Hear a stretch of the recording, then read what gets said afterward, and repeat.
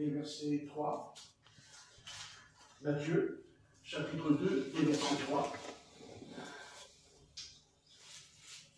Vas-y, Corinne. Le roi Hérode, ayant appris cela, fut troublé et tout Jérusalem avec lui.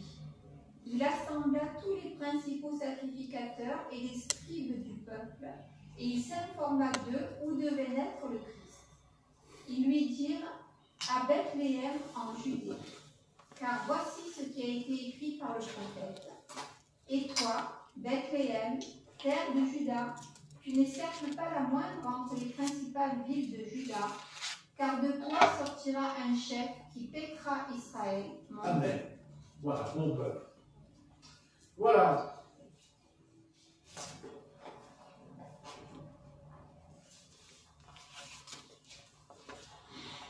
Quand on lit ce passage, on est quand même très déçu du comportement du peuple d'Israël.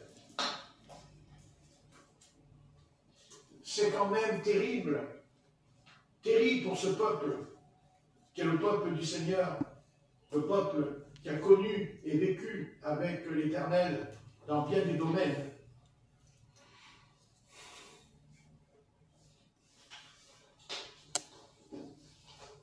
Les châtiments qu'ils subissent, les châtiments qu'ils ont subis dans les siècles passés, et même encore aujourd'hui, quand on voit ce qui se passe pour eux, ce qui se passe pour eux, jusque pour les bébés, nous pouvons penser que c'est cruel, que c'est dur, que c'est inhumain ce qui se passe. Mais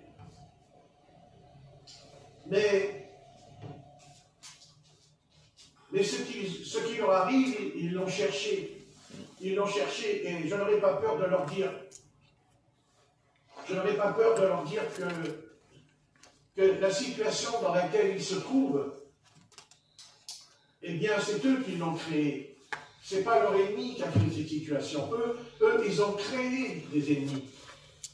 Parce que l'Éternel leur avait dit que s'ils n'obéissaient pas à sa volonté, à sa parole, il leur susciterait des adversaires. Et Dieu, lui, quand il dit quelque chose, il n'a pas l'habitude de mentir. Amen. Et c'est ce qui s'est passé. Le peuple d'Israël est entouré d'ennemis, il est entouré d'adversaires. Mais parce qu'il y a des causes à effet. C'est eux qui sont responsables. Et ils sont responsables. Parce qu'ils n'ont aucune excuse. Et ce passage que je viens de lire nous montre qu'ils n'ont pas d'excuse. Ils n'en ont pas. Et c'est dramatique de constater déjà, au temps du roi Hérode, mais le roi Hérode, l'ayant ouï dire, en fut troublé. Et tout Jérusalem avec lui, ayant assemblé tous les principaux sacrificateurs et les scribes du peuple, il sentit où le Christ devait naître. Oh, vous vous rendez compte. Mais dans quel état ils étaient spirituellement? C'est lamentable. Comment poser une telle question? De poser une telle question. Une question que le peuple d'Israël ne savait, que les astrologues ne savent pas. Eux, les astrologues, qui étaient des païens, ne savent pas où devait naître le Christ. Ça, on peut le comprendre, mais pas Israël. Pas Israël. Ça démontre chez eux, chez les Juifs, vous voyez, il sentit d'eux où le Christ devait naître. Et ils lui dirent à Bethléem. Il a fallu qu'ils aillent chercher la Torah, ils ont dû aller chercher la Torah, la Bible. Pas les astrologues, ce n'est pas les astrologues qui ont été chercher la Torah, ils ne savaient même pas qu'il y avait la Torah. C'est le peuple d'Israël qui connaissait la Torah, c'est Israël qui a la Torah, c'est l'Éternel a donné à Israël, il a donné la Torah. C'est-à-dire, il leur a donné Jésus-Christ. Avant que Jésus-Christ vienne, il leur avait déjà donné le Christ. Si. Il leur a donné le Christ dans la forme de la loi, par les 10 commandements. Comment pouvait-il avoir envie? Parce que quand on lit, ils n'avaient pas envie du Christ, ils ne le cherchaient même pas. Il a fallu qu'ils aillent chercher la Torah, qui d'ailleurs, le passage est dicté par le prophète Michée dans chapitre 5 et verset 2. On retrouve le passage dans l'Ancien Testament, dans Michée, chapitre 5, verset 2. Voilà, c'est ça, chapitre 5 et verset 2. Michée, dans l'Ancien Testament, chapitre 5, verset 2, il dit, et toi, Bethléem, et toi, Bethléem, Ephrata, bien que tu sois petite entre les milliers de Juda, de toi sortira pour moi celui qui doit dominer en Israël, et duquel les origines ont été d'ancienneté dès les jours d'éternité. D'éternité. Donc, ils avaient le passage, ils connaissaient. Enfin, ils avaient, c'est dans Michée, dans l'Ancien Testament, c'est écrit. Vous savez, quand on n'a pas envie de s'instruire, c'est qu'on n'a pas envie de savoir. Quand on ne veut pas s'instruire, c'est parce qu'en fait, ils n'avaient pas envie du Christ. Ils n'en voulaient pas du Christ. Ils n'ont jamais voulu de lui. Et même aujourd'hui, ils n'en veulent pas. Ils n'en veulent pas.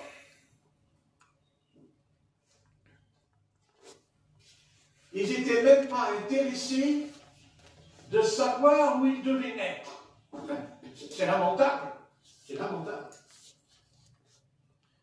Comment qu'il a fallu que le Saint-Esprit envoie une étoile dans le ciel pour interpeller des inconvertis, des païens, des astrologues. Comment expliquer que ce sont des païens qui ont fait le voyage, qui ont voyagé, ça peut durer des mois à l'époque. Vous vous rendez compte de Babylone, vous vous rendez compte jusqu'à Israël à l'époque. Ils se sont déplacés parce qu'ils avaient envie. Envie de quoi? Ils avaient envie de rencontrer Jésus. C'est ça qu'ils avaient envie. Et le Créateur ne va pas les décevoir et il ne va pas les tromper parce qu'ils le verront. Ils le rencontreront, Jésus.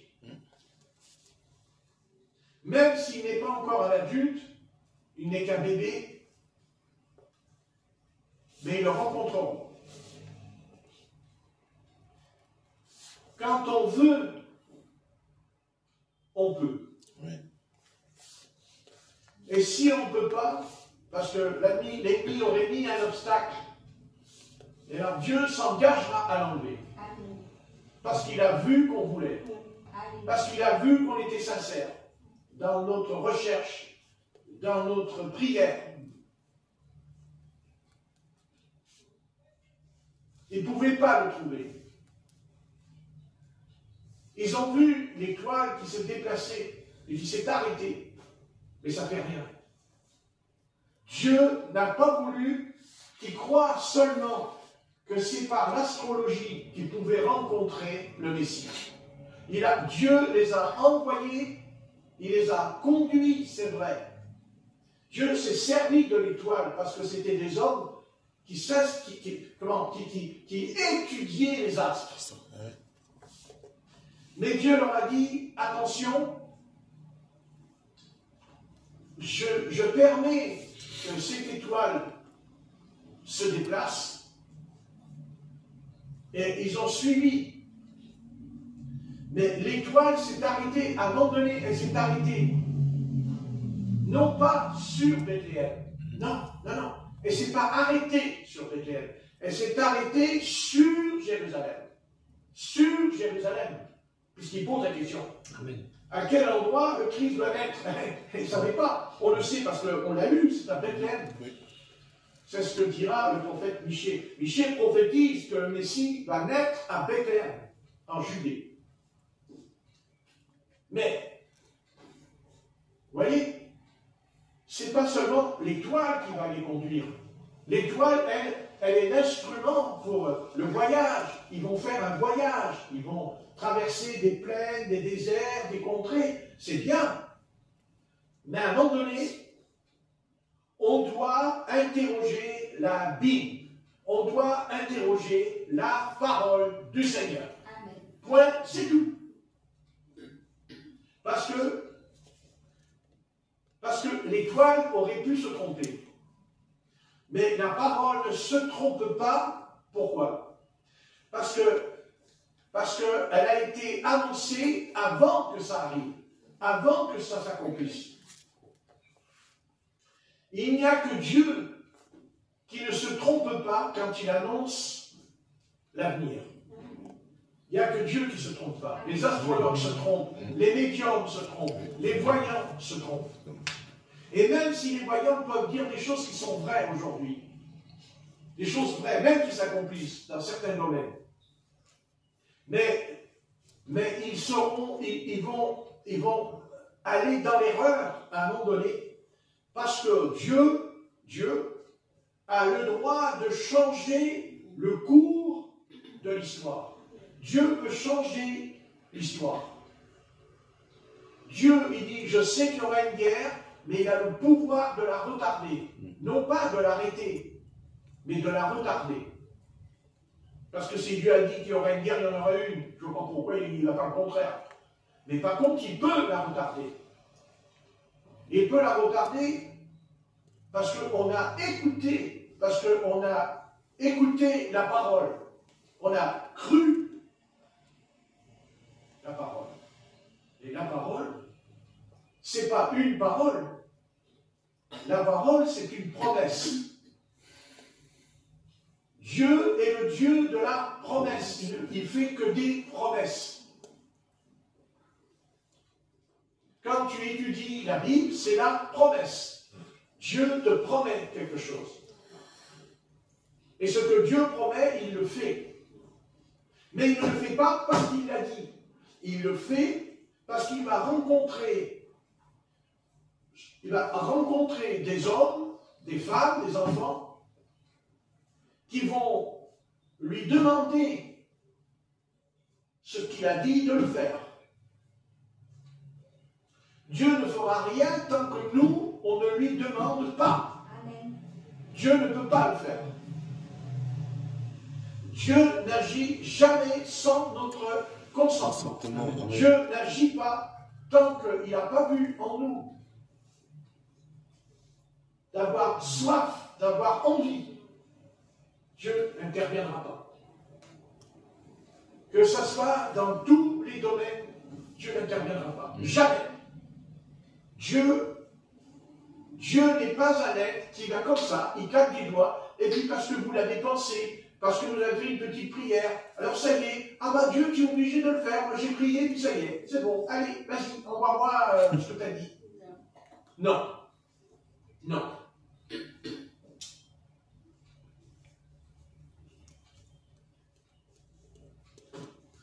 Ils ont cherché la vérité. Et ils ont voulu savoir où Jésus-Christ devait naître. Amen. Il ne s'agit pas de savoir que Jésus est né et que Dieu le confirme qu'il est né puisqu'il y a une étoile qui apparaît dans le ciel. Non. Il fallait l'endroit, la précision, l'accomplissement de la prophétie de Michée.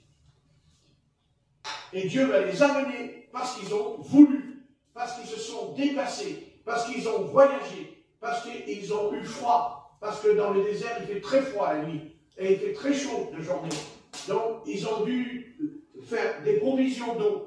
Ils ont dû se priver peut-être d'eau, qu'ils ne pouvaient pas boire comme ça de l'eau toute la journée. Ils ont dû faire plein de choses pour arriver à Jérusalem. Pour arriver à Jérusalem. C'est écrit. Mais le roi Hérode, ayant ouï dire, en fut troublé, et tout Jérusalem avec lui, ayant assemblé tous les principaux sacrificateurs et scribes du peuple, et sentit d'eux où le Christ devait naître.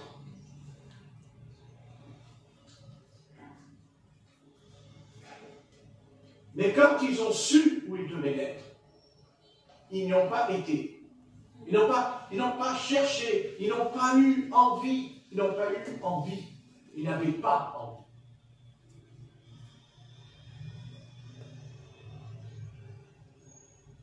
Mais ils avaient un mauvais désir, le tuer. Le tuer. Car plus tard, Hérode dira cette chose.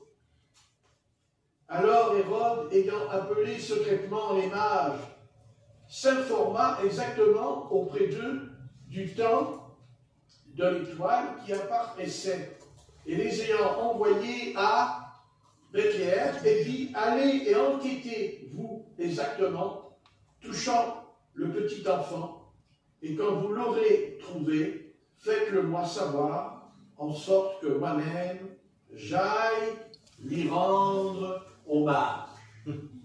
Et gonflé celui-là, hein, parce que c'est pas ce qu'il voulait, hein, parce qu'il a fait massacrer les enfants de Rachel, qui n'a pas voulu être consolé. Vous voyez?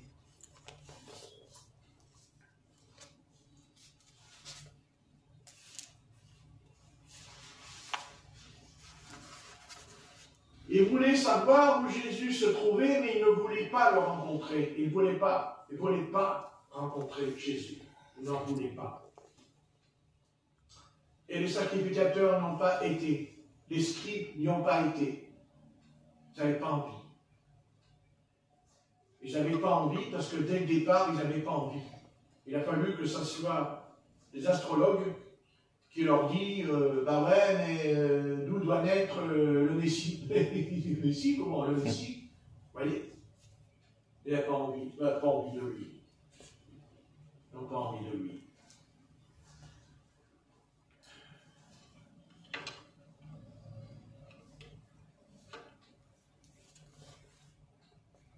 Ça peut que finir mal.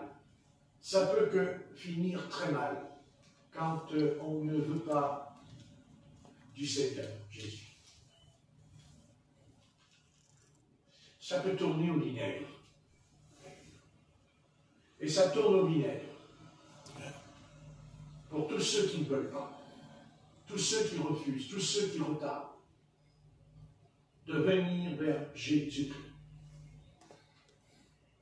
Dieu nous a envoyé son Fils unique, Jésus-Christ. C'est un affront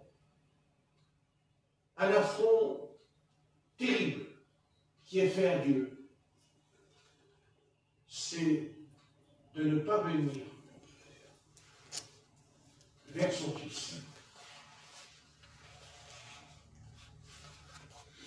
Parce que sans lui, sans Jésus-Christ, tu es perdu. Tu es perdu. Tu es perdu pour l'éternité. Tu n'as pas de solution. Ils n'ont pas de solution. Et ce qui se passe en Israël, aujourd'hui,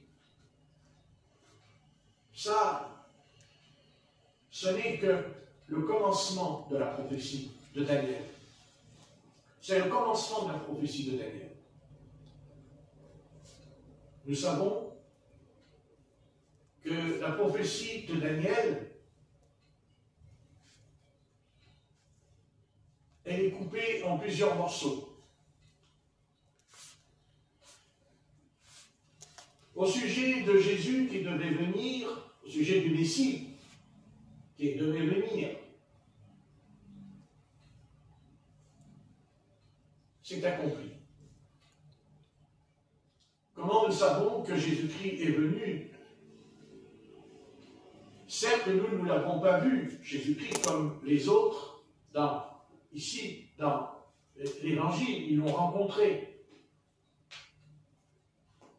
Les apôtres ont vécu avec lui. Mais les païens, le monde qui est vicieux, et surtout Israël, parce que le monde ne veut pas de Jésus-Christ, mais il n'y a pas de haine contre lui. Mais les Juifs, ils ont la haine contre Jésus-Christ. Ils ont la haine. Car on n'est pas obligé d'accepter quelqu'un, mais on n'est pas obligé de l'avoir de la haine aussi contre la personne qu'on ne veut pas. On n'est pas obligé. Quand on ne veut pas, on n'est pas toujours obligé d'éprouver de la haine pour la personne. Et le péché d'Israël, c'est la haine contre lui. C'est pas seulement de dire que c'est pas vrai, c'est qu'ils le haïssent sans cause. C'est ce que dit l'Écriture. Ils m'ont haï sans cause. Sans cause.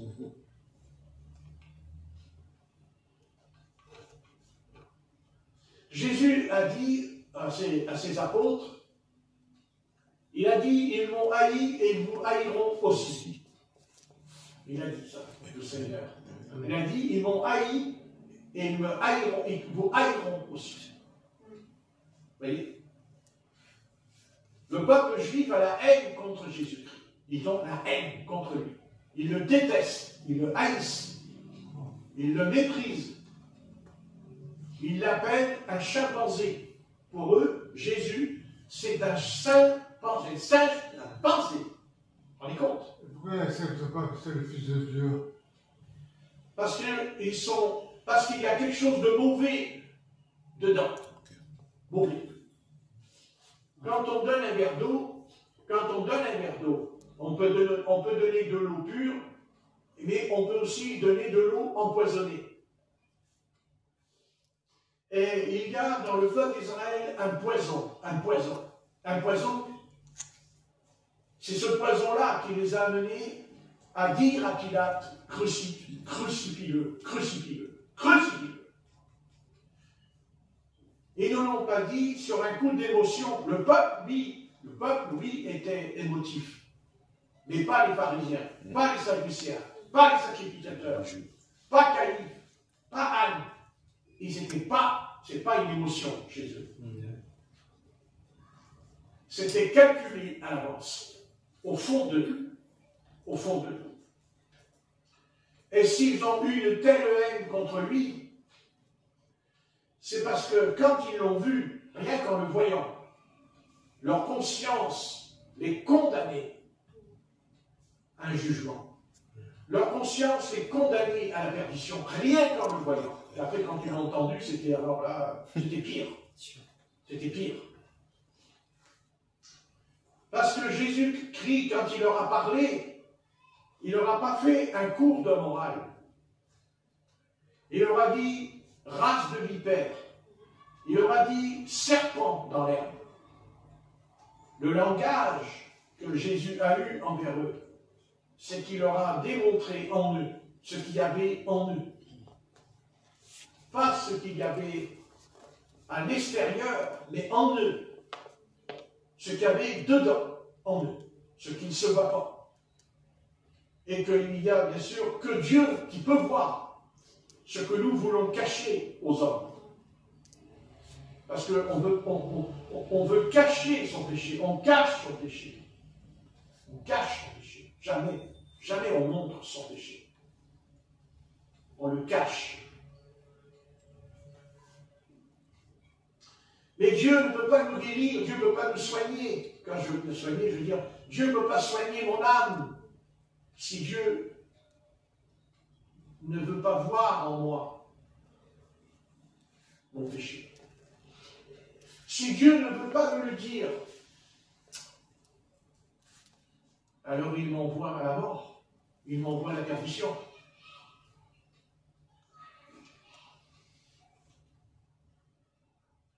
Les hommes, quand ils parlent du péché, ils ont toujours besoin de dire des noms sur le péché. Ils disent des noms. la violence, le mensonge, voilà, c'est des noms. Mais le péché, c'est bien plus que des noms. Le péché, ce n'est pas seulement des titres. C'est là où Israël s'est planté contre un mur avec Moïse. Ils se sont braqués sur les 10 commandements. C'est-à-dire, Dieu donne 10 commandements. Tu ne feras pas ça. Tu ne feras pas ça. Mais si le peuple d'Israël qui était en Égypte, quand ce peuple est sorti d'Égypte, est-ce que Dieu avait vraiment été obligé de leur donner les 10 commandements? Dieu n'était pas obligé de leur donner les 10 commandements. Et jamais il leur aurait donné les 10 commandements si leur cœur avait été tout entier à lui quand ils sont sortis. Il n'y a pas besoin. Nous n'avons pas besoin des 10 commandements. Si, on en a besoin au moment où on a l'intention de transgresser la loi. Là, on en a besoin parce qu'on sait qu'on va transgresser la loi. Mais dès l'instant qu'on ne veut plus transgresser la loi, du moment qu'en nous, il n'y a plus cette racine en nous de transgression, on n'a plus besoin de la loi. Parce que notre cœur va se comporter, il va y avoir un comportement, il va y avoir un désir de Dieu en nous, qui n'est pas basé sur 10 commandements, Amen, mais sur une relation personnelle. Amen. Donc, le Seigneur Jésus dira à l'apôtre Pierre, m'aimes-tu plus que de tout ceci? M'aimes-tu plus que tout? Amen. M'aimes-tu? Est-ce que tu m'aimes vraiment? Amen. Et nous savons ce que l'apôtre Pierre, bien sûr, il dit, mais Seigneur, je t'aime. Mais bon, tu sais toute chose, tu sais très bien ce que j'ai fait. Tu sais ce que j'ai fait. Mais, oui, mais d'accord, mais, moi je t'aime. Voilà un juif qui a trahi le Seigneur, comme Judas aussi. Mais tous les deux n'avaient pas le même cœur, tous les deux. Judas trahira le Seigneur, le trahira pour de l'argent. Et Simon-Pierre ne trahit pas le Seigneur pour de l'argent, il le trahit parce qu'il a eu peur. Il a eu peur. Et on en parlait tout à l'heure, la peur qui est un des plus grands ennemis de l'homme.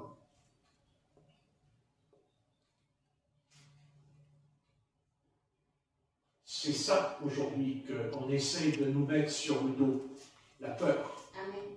Ils veulent qu'on ait peur. Parce que quand on a peur, on est paralysé. Quand on a peur, on ne peut même pas dormir la nuit. Et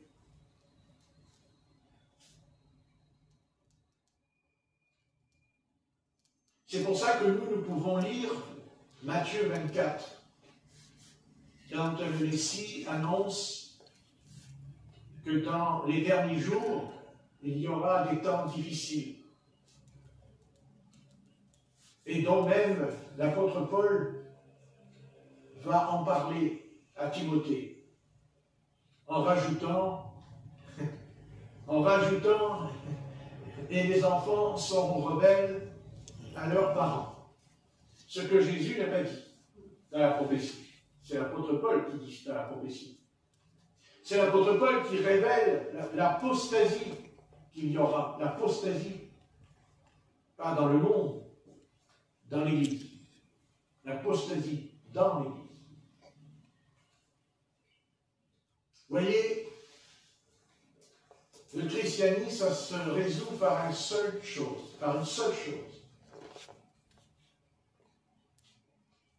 Il s'enquit d'eux où le Christ devait naître. C'est ça qui est important. C'est Christ. Amen. et rien d'autre. C'est le Christ. Ce n'est pas de savoir où il va naître, c'est de savoir qu'est-ce que tu vas faire quand tu l'auras trouvé, le Christ. Comment vas-tu agir et te conduire dans ta vie quand tu l'auras trouvé?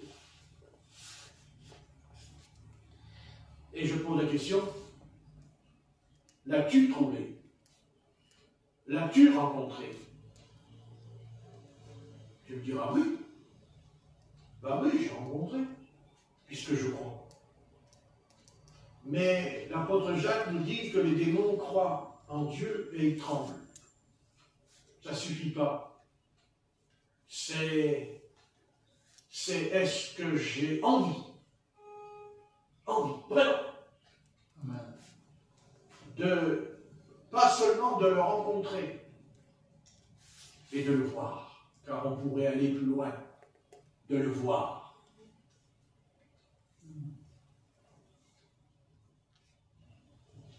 Et bien sûr qu'on peut le voir, puisque c'est écrit dans la prophétie de Daniel au chapitre 2. Il dit que dans les derniers jours, jeunes gens, vous aurez des visions. Vieillards, vous aurez des songes.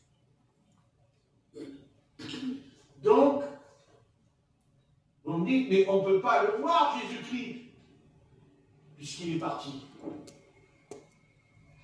Oui, mais il y a un homme qui l'a vu, Jésus-Christ, après qu'il est parti. C'est l'apôtre Jean, dans l'Apocalypse. Il l'a vu. Il l'a vu.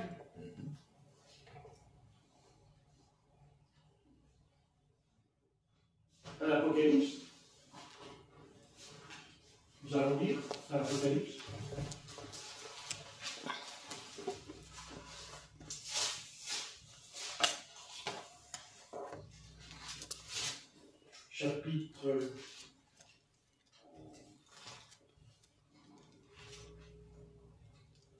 Chapitre 1.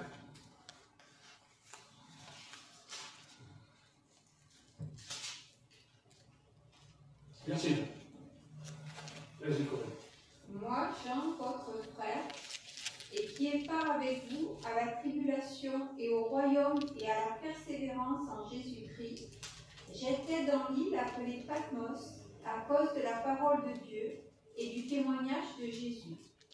Je fus ravi en esprit au jour du Seigneur, et j'entendis derrière moi une voix forte, comme le son d'une trompette, qui disait « Je suis l'alpha et l'oméga, le premier et le dernier. Ce que tu vois, écris-le dans un livre, et envoie-le aux 7 églises, à Éphèse, à Smyrne, à Pergame, à Thyatire, à Sardes, à Philadelphie et à Laodicée. » Je me retournai pour connaître quelle était la voix qui me parlait. Et après m'être retourné, je vis 7 chandeliers d'or, et au milieu des 7 chandeliers, quelqu'un qui ressemblait au Fils de l'homme, vêtu d'une longue robe et ayant une ceinture d'or sur sa poitrine. Sa tête et ses cheveux étaient blancs comme de la laine blanche, comme de la neige. Ses yeux étaient comme une flamme de feu. Ses pieds étaient semblables à de l'airain ardent, comme s'il eût été embrasé dans une fournaise. Et sa voix était comme le bruit de grandes eaux. Il avait dans sa main droite 7 étoiles. De sa bouche sortait une épée aiguë à 2 tranchants, et son visage était comme le soleil lorsqu'il brille dans sa force. On va s'arrêter là. Donc, maintenant, vous savez comment est le Seigneur ce soir. Puissant. Nous savons comment il est. Nous allons le reprendre. D'abord, nous savons comment il est habillé, car il est écrit « Et au milieu des 7 chandeliers, quelqu'un qui ressemblait à un fils d'homme, vêtu d'une longue robe c'est-à-dire d'une tunique, j'aime pas trop le mot robe, ne le fais pas, une tunique ayant une ceinture d'or sur la poitrine. Donc nous savons que quand le Seigneur reviendra dans les nuées, nous verrons comment il est habillé. Comment il est habillé. Si nous lisons pas la parole, et quand il reviendra, nous ne pourrons pas le reconnaître. Parce que le Seigneur nous dit, là, il nous montre, là, sans avoir même une vision surnaturelle, il nous explique, bien que son explication, là, est due aussi à une vision. Puisque c'est écrit que Jean a eu une vision. N'est-ce pas? Voilà, au jour du Seigneur. Le jour du Seigneur, ce n'est pas le dimanche. Hein, parce qu'ils disent que c'est dimanche, les églises. Non, le jour du Seigneur, c'est quand Jésus revient. Il a vu le retour de Jésus, l'apôtre Jean. Pour ça, il dit le jour de l'éternel. Le jour du Seigneur. C'est pas le dimanche, le jour du Seigneur. C'est pas un dimanche. C'est le jour que Jean a vu, il a pénétré, il est entré dans ce qu'on appelle, il est entré dans le futur. Il a vu le futur. Ce soir, le futur, il a 2000 ans déjà. Hein, pour nous, il a 2000 ans. Mais pour le Seigneur, ça fait 2 jours. Hein? Ça fait 2 jours.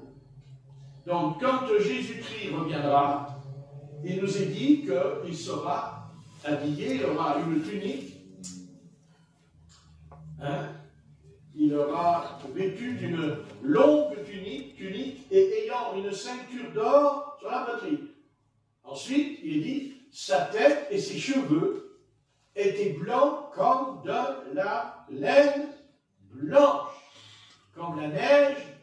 Vous voyez? Donc, quand vous verrez le Seigneur revenir, ses cheveux ne seront pas noirs. Ils seront blancs. C'est ce que dit l'Apocalypse. C'est Jésus-Christ que vous voyez là. C'est Jésus-Christ avec les cheveux blancs. Et non pas bruns, non pas roux, à moins qu'il se teigne les cheveux, le Seigneur là-haut. Peut-être, j'en sais rien, moi. Hein? Arrêtons. C'est pour ça que le Seigneur a envoyé les astrologues.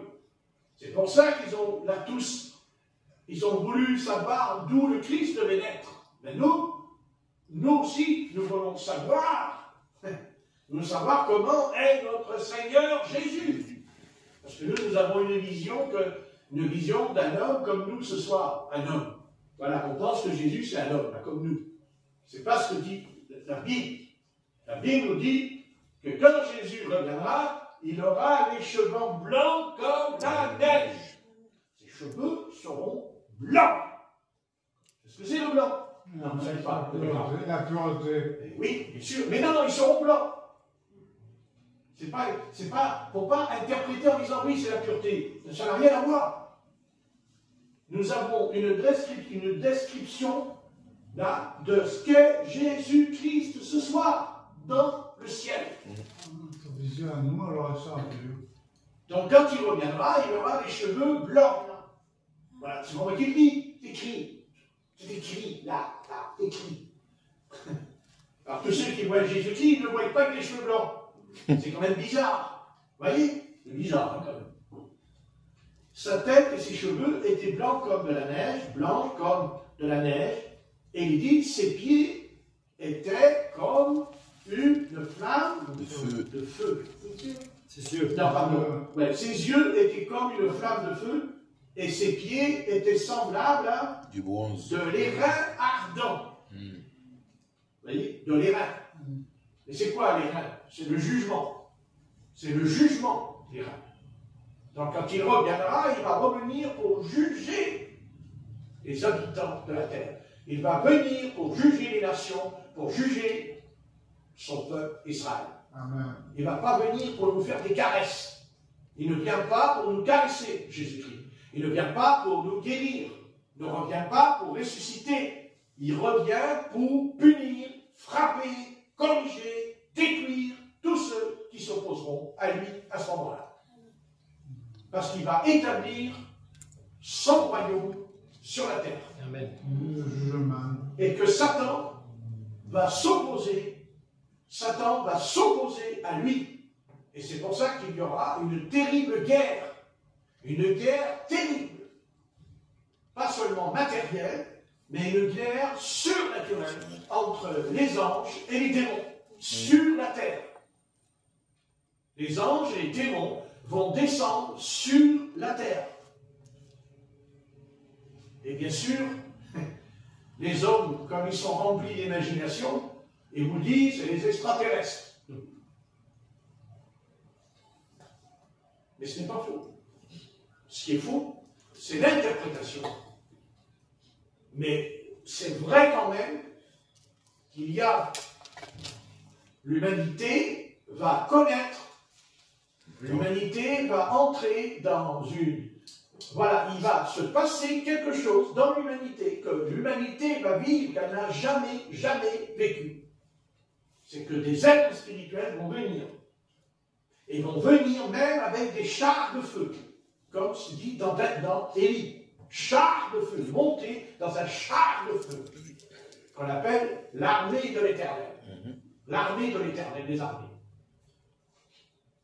Il va y avoir quelque chose qui va arriver, qui n'est jamais arrivé dans l'histoire humaine. Jamais. Jamais.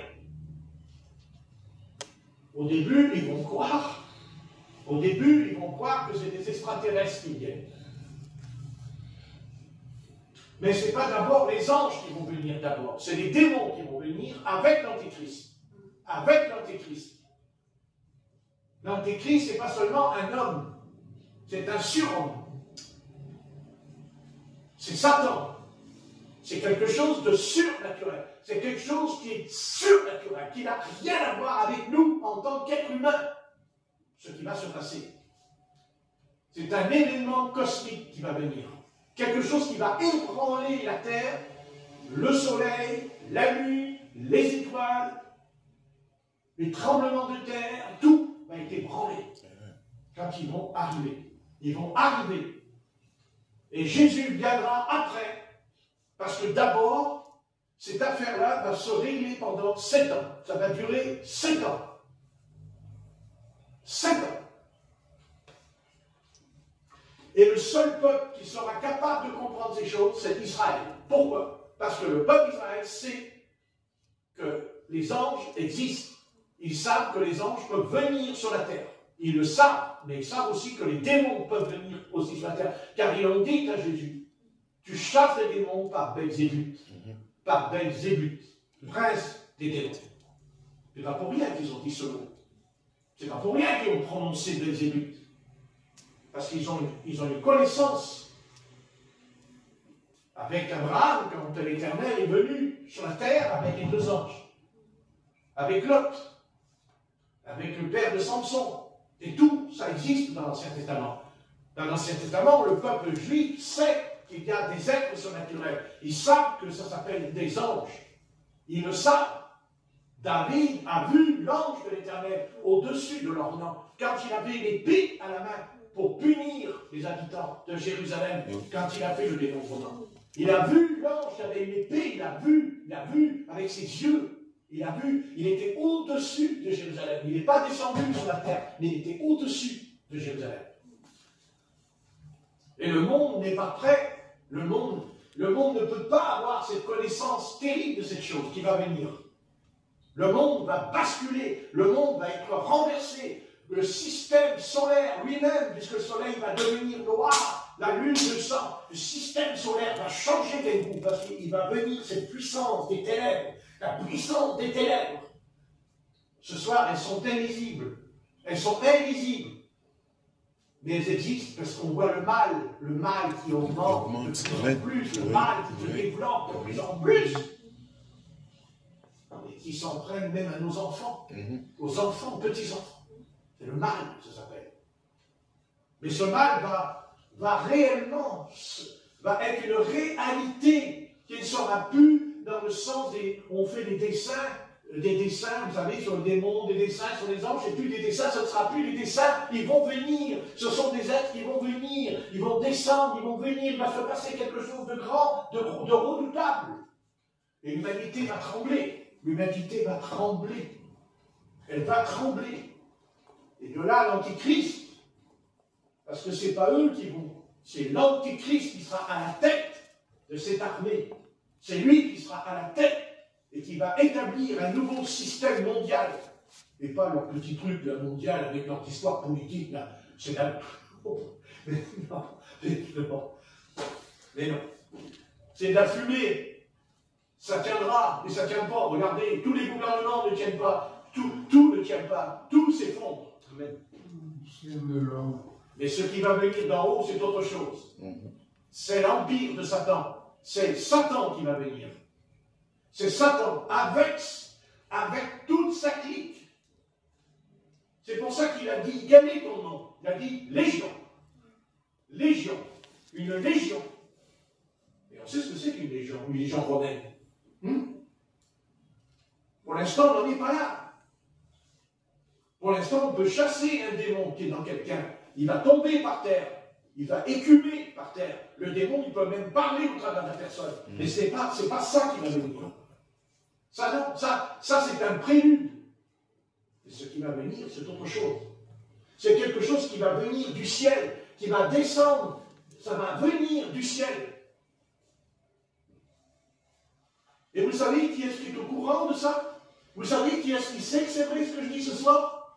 Je vais vous le dire, c'est Hollywood. C'est Hollywood qui sait ces choses. Oui, c'est Hollywood, ils savent ces choses. Le cinéma. Oui. Là-bas. C'est pour ça que Los Angeles, il a brûlé. Pourquoi croyez-vous qu'il a brûlé Los Angeles?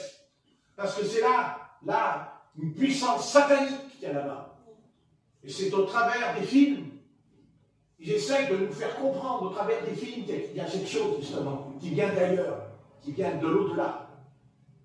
Mais eux, ils savent que c'est vrai, autrement ils ne feraient pas le film. Eh oui. Excusez-moi, comment avoir une telle imagination? Non, il y a vraiment, ils le savent. Amen. Oui, ce que je dis ce soir, ils le savent. Croyez-moi, ils le savent plus que vous pouvez le penser. Ils sont au courant. Ils sont au courant. C'est sûr. Et cet événement va arriver.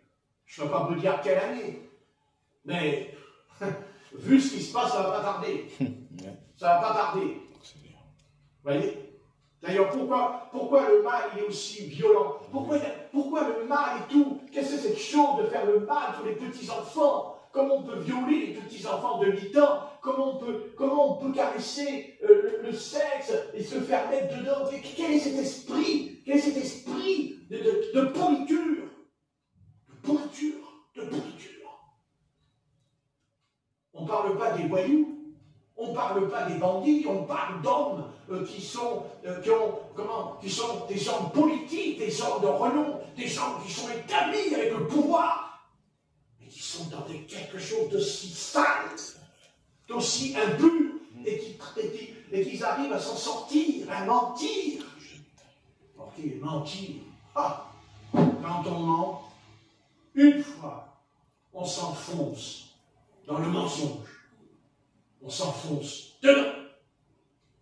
Et quand on ne peut plus s'en sortir, eh bien on finit par dire comme Ève et Adam, c'est pas moi, c'est l'autre. C'est pas ça qu'on est en train de vivre? Oui. Non? Oui. Ça ressemble beaucoup à Adam et Ève aujourd'hui, ce qui se passe dans notre pays. C'est pas moi. Ah, mais moi, je n'ai rien fait. Mais c'est les autres. Oui, mais moi, je répondrai, écoute, je dirais, monsieur, comment tu sais que les autres, ils étaient au courant, puisque tu viens de nous dire que toi, tu n'es pas au courant? Pourquoi tu dis que toi, tu sais rien, mais tu sais que les autres, eux, ils étaient dedans? Enfin, que tu m'expliques comment tu sais qu'ils étaient dedans. Parce que si tu dis là qu'ils étaient dedans, moi je te dirais, écoute bien, ami, tu dis que tu sais qu'ils l'ont fait. Tu l'as dit à la télévision, tu l'as dit que tu savais qui c'est, tu as donné les noms, n'est-ce pas? Mais alors comment tu connais les noms? Comment tu sais ce qu'ils ont fait? Mais si tu sais ce qu'ils ont fait, c'est que tu étais au courant, c'est que tu savais ce qu'ils faisaient, tu étais au courant. Arrête de nous raconter pour des pommes. Hein? Amen. Non? Non? Eh oui. Ah, vous voyez? Au lieu de se repentir, au lieu d'avouer son péché, il dit, c'est pas moi, c'est les autres. Mais quand tu dis que c'est les autres, ça veut dire que tu es au courant. Tu ne peux pas dire c'est l'autre. Comment tu sais que c'est l'autre? Comment tu donnes des noms? Comment tu donnes des dates? Comment tu donnes des années? Ce qu'ils ont fait? Le mal. Et c'est pour ça qu'ils vont venir. Les démons. Parce qu'ils vont venir. Les démons. Et quand ils vont venir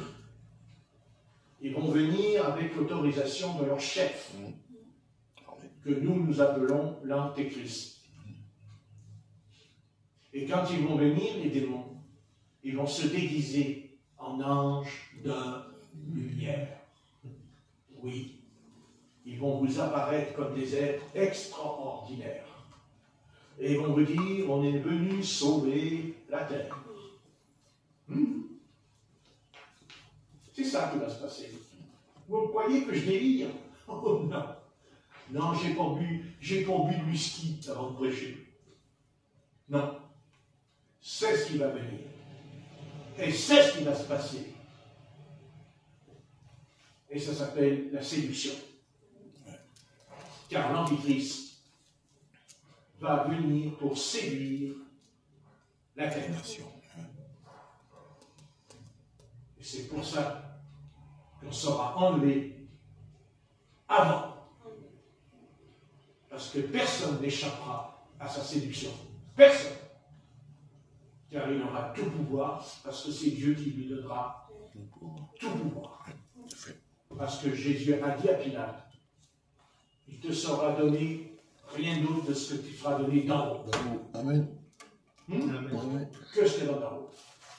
Donc, Dieu sait, et Dieu nous dit, Dieu nous a avertis dans la vie, pas dans notre imagination biblique, par des prophéties bibliques. Et l'homme qui a eu une grande vision biblique, c'est d'abord Daniel. Et Jean va confirmer ce que Jean a vu en vision, ce qu'a vu Daniel en vision. Et tous les deux, ils confirment ce que Jean va confirmer, ce que Daniel a vu et a écrit quand il a parlé de la statue des 4 empires. C'est accompli. C'est accompli, c'est réalisé. Il y a eu Babylone, il y a eu les Perses et les Médès, il y a eu les Grecs, il y a eu les Romains, c'est écrit, c'est accompli. Donc si c'est accompli, ça veut dire que tout le reste va s'accomplir. Puisque la prophétie, c'est accompli. Amen. Et il y a une deuxième prophétie qui s'accomplit. C'est que Jésus est venu sur la terre en tant que Messie. C'est ce que dit Daniel. Et Daniel donne une troisième prophétie terrible. Terrible. C'est la venue de l'Antéchrist. C'est la venue de cet homme, de surhomme qui va venir. C'est Daniel. Daniel nous parle de cet homme qui va venir.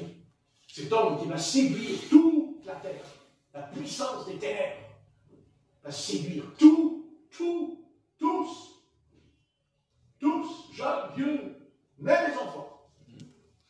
Il va séduire.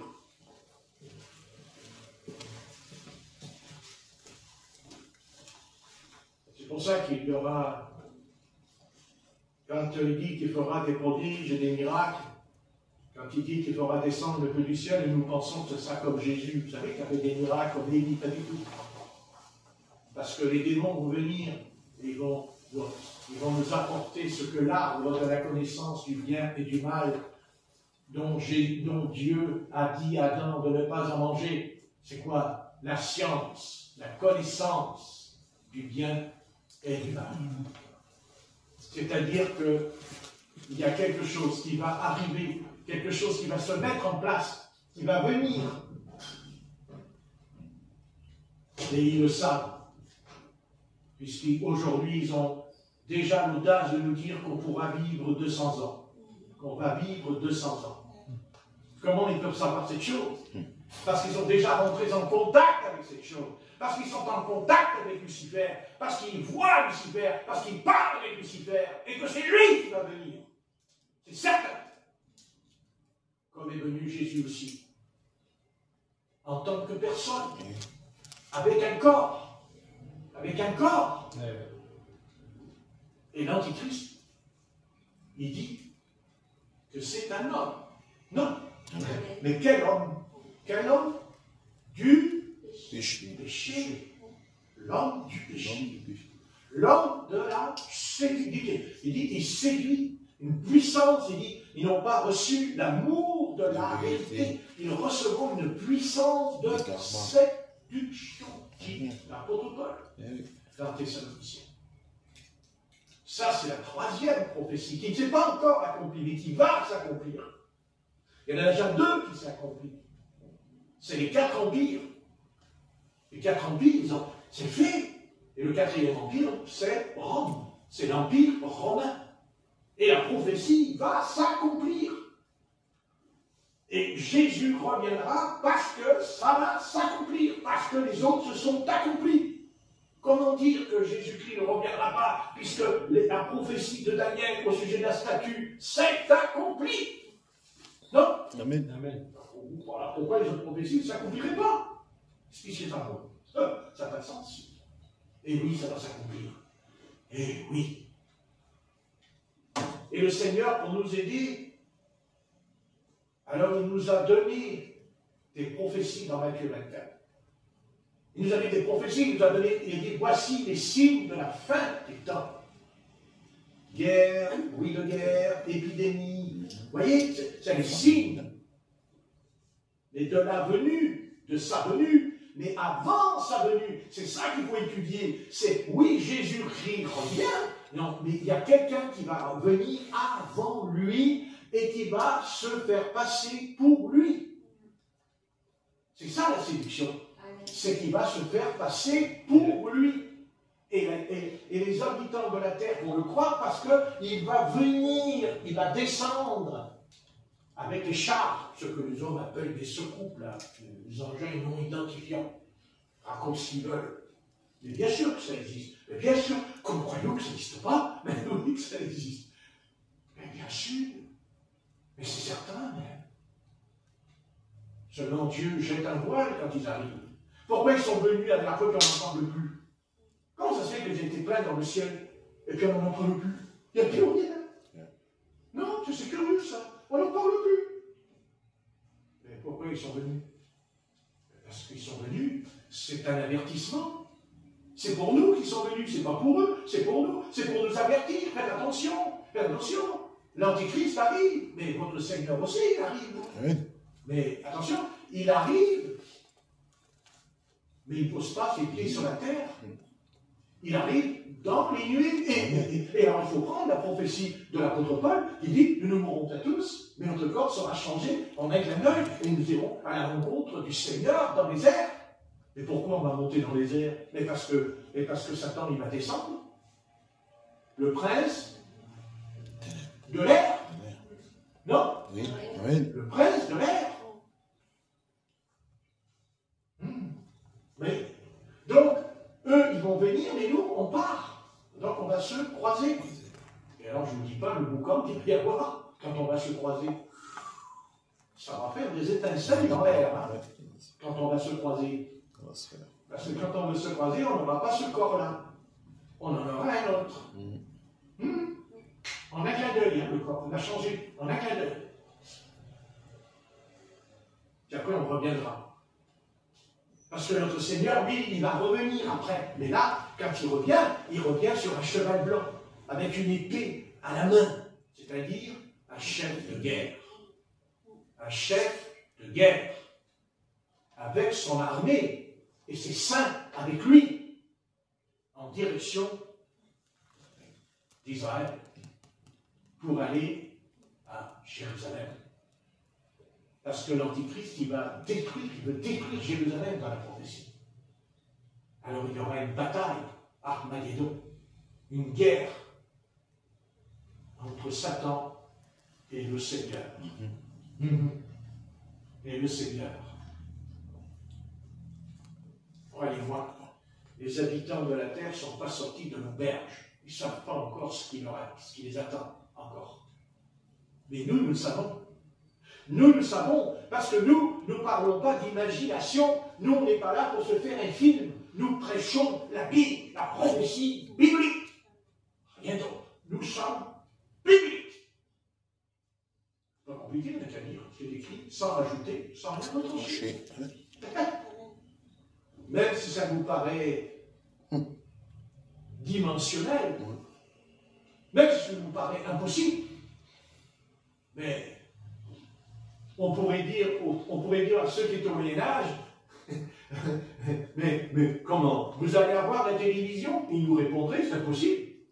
Vous allez avoir la voiture qui se déplace? Ils nous auraient dit, c'est impossible. Louis XVI, Louis Capet, ils nous auraient dit, voilà, vous allez rouler avec une voiture qui fait 300 à l'heure. Et moi, avec mon petit carrosse. Et oui, mais ils nous auraient dit, mais c'est pas vrai ce que vous dites, c'est impossible, c'est votre imagination. Vous avez, comment vous pouvez marcher dans la rue et téléphoner à la personne qui est à Paris ou à New York? Dans la rue? Dans la montagne? Oh, mais vous êtes fous. Vous êtes des fous. Non, on n'est pas fous. Ah si? Oui, donc un peu quand même. Un peu quand même. Parce que quand on est fourré dessus toute la journée, c'est qu'on est un petit peu marteau quand même. Il y a un petit grain là-dedans. Hein? Un petit grain. Pas un petit grain de sable, hein? Parce que le smartphone, c'est pas un grain de sable, hein? Pas un grain de sable, hein? Non. Enfin bon, là je me tais parce qu'autrement, je vais jeter la panique dans l'air. Est-ce qu'ils y auraient cru? Est-ce qu'ils y auraient cru? Non. Est-ce que Hérode aurait cru que nous allions avoir un appareil dans les oreilles et qu'on pourra se parler à l'extrémité de la terre? Jamais. Ils auraient dit, ça n'existe pas, ce truc-là. Vous êtes des fous. Mais c'est pareil avec ce qui va venir. C'est exactement ce qui va arriver. Et nous, en disant, mais non, c'est pas possible ce que vous dites. Ah si, parce que c'est ce qui va arriver. Et comment tu sais? Parce que c'est dans la Bible. Amen. C'est dans la Bible? Ah bon? Oui. Oui. Mais je voyais que Jésus était dans la crèche, moi. Tout petit Jésus dans la crèche. Ah, Jésus, un cheval blanc? Ben c'est normal qu'on ait un cheval blanc. Et puisque ses cheveux sont blancs, c'est pas mal, ça tient. Vous allez le faire. Hein? C'est intéressant, ça. Cheveux blancs, cheval blanc. Tout en blanc. Ben, tout en blanc, mais avec une épée à la main aussi. Vous voyez? Et quand Jésus vient sur un cheval blanc, et ça, c'est pas ça. Ça, c'est comment expliquer, comment ça s'appelle? Un métaphore. C'est pour expliquer à l'époque, cheval blanc, pour eux, cheval blanc, ils ont dit c'est cheval blanc. L'apôtre Jean, il ne pouvait pas dire, voilà, c'est. Non, il dit c'est cheval blanc. Mais il n'y a pas un cheval blanc qui va se balader dans le ciel. Marquez le cheval blanc, comme il y a plein de chevaux sur la terre. Il y a un cheval là-haut, alors. Non, c'est une représentation de la guerre. C'est la guerre, Charles, la guerre. C'est la guerre. Vous comprenez? C'est la guerre. Ce qu'on appelle un symbole, les symboles de l'Apocalypse. C'est ça, l'Apocalypse, c'est des symboles.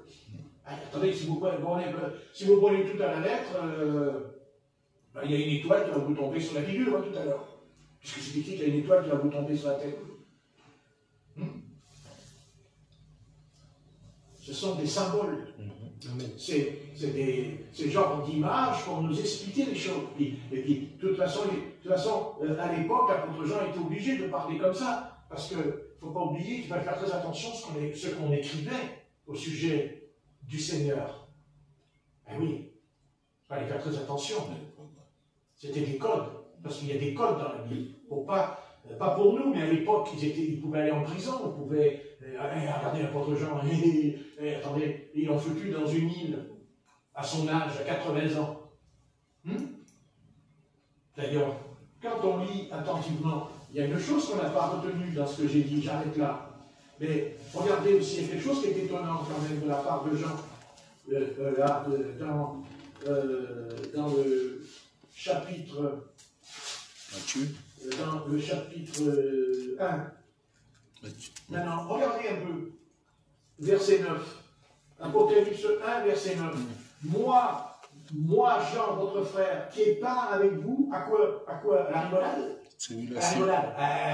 Ça rigole avec Jean, la batterie, la guitare électrique, ça rigole dans le royaume de Dieu. Hein? C'est pas ce qui est écrit. Il dit, moi, Jean, votre frère, qui est pas avec vous, à la tribulation. C'est quoi ça? C'est quoi ça, le royaume de la tribulation? On n'en veut pas de ce royaume, hein? On le veut, le royaume de la tribulation? Oula, il y aurait plus beaucoup de croyants sur la terre, hein, là. Mais oui, mais l'apôtre Jean, il dit qui est part avec vous à la tribulation, au royaume et à la persévérance en Jésus. Ouais. Et après, j'étais dans l'île appelée Patmos à cause de quoi?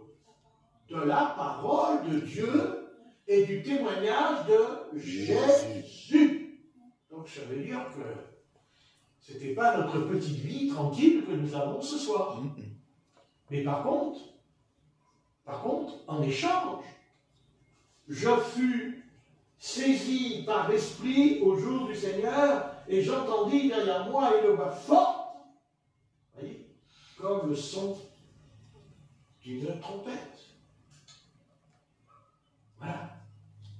Voyez, le Seigneur n'a pas abandonné son serviteur, malgré la souffrance, malgré la persécution physique et morale, mais en même temps, le Seigneur l'a élevé en lui donnant des visions de l'au-delà, du futur, qui est le nôtre ce soir, Mais il est prisonnier dans une île. Il persévère. Et nous, est-ce que nous persévérons avec Jésus, vraiment? Est-ce qu'on persévère dans la parole avec Jésus? Parce que s'il fallait prendre la parole,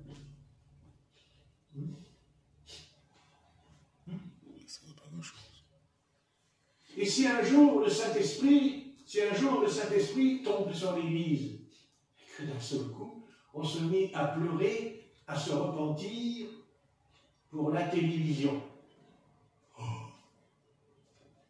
Un réveil de repentance pour la télévision, mais non, je vais pleurer, je vais me repentir parce que j'ai fait l'adultère, n'est-ce pas? Parce que j'ai menti, parce que j'ai volé, mais c'est normal que je pleure. Ok, on ne pleure plus aujourd'hui. Pourquoi mentir? On ne pleure pas beaucoup aujourd'hui. On pleure beaucoup, on pleure. On pleure quand on prie aujourd'hui. On pleure. Ça a des larmes, elles sortent. Pas beaucoup. Ah, comment, Seigneur? Mais faites attention, parce que le réveil de Dieu, un vrai réveil de Dieu, on ne sait pas ce qui va se passer en nous, ce qui va se passer tout à l'heure. Le Saint-Esprit, à la poubelle. Ah bon? Si c'est le réveil, attendez-vous à des choses qui vont se passer en nous. Ah bon? Oh, ben moi je croyais que j'étais bien, je croyais que j'étais un chrétien convenable. C'est ce que tu crois? C'est ce que je crois aussi. Mais quand le Saint-Esprit descend dans l'assemblée de Dieu, vous savez ce qui se passe quand le Saint-Esprit descend vraiment dans l'assemblée de Dieu? On ne mène pas large, vous savez, devant lui. On va plonger. Et qui vous dit même que quand on va plonger, le Seigneur nous aura envoyés dans la piscine pour se faire rebaptiser. Oh, frère, calme-toi. Puis t'as 72 ans, faut pas t'emballer. Ton message, c'est bien quand t'avais 18 ans. Mais maintenant, t'as mieux. Ne t'emballe pas. Mets tes petits pieds dans tes petits chaussons et mets-toi dans ton petit fauteuil. Tranquille. Faut pas te prendre la tête. Faut pas te soucier que les pécheurs sont perdus ce soir. Il faut pas t'en faire. Faut pas te tourmenter que les pécheurs sont perdus. Non. Mais non, tu rentres chez toi tranquille. Tu t'installes dans ta vie. Pourquoi veux-tu qu'on pleure? Le Seigneur a dit, soyez toujours joyeux. Hein? Et on peut être joyeux quand notre famille est perdue, peut-être? Non. Ah.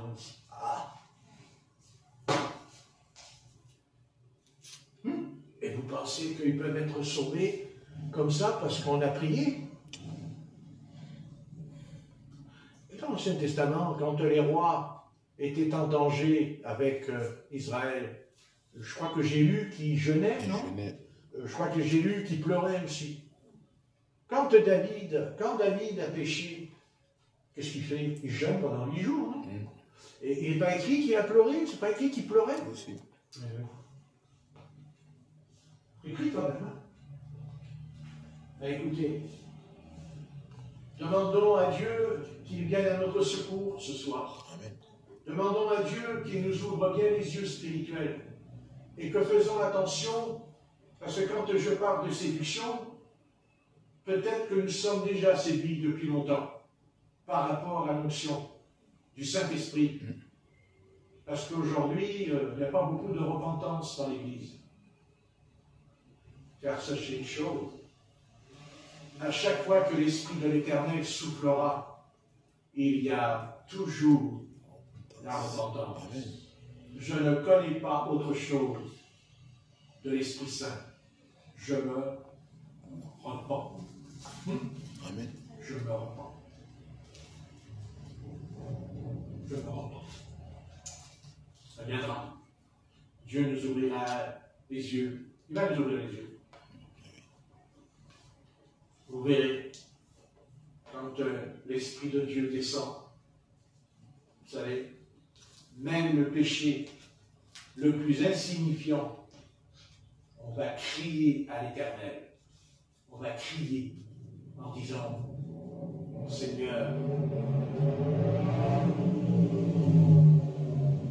je ne suis pas sauvé.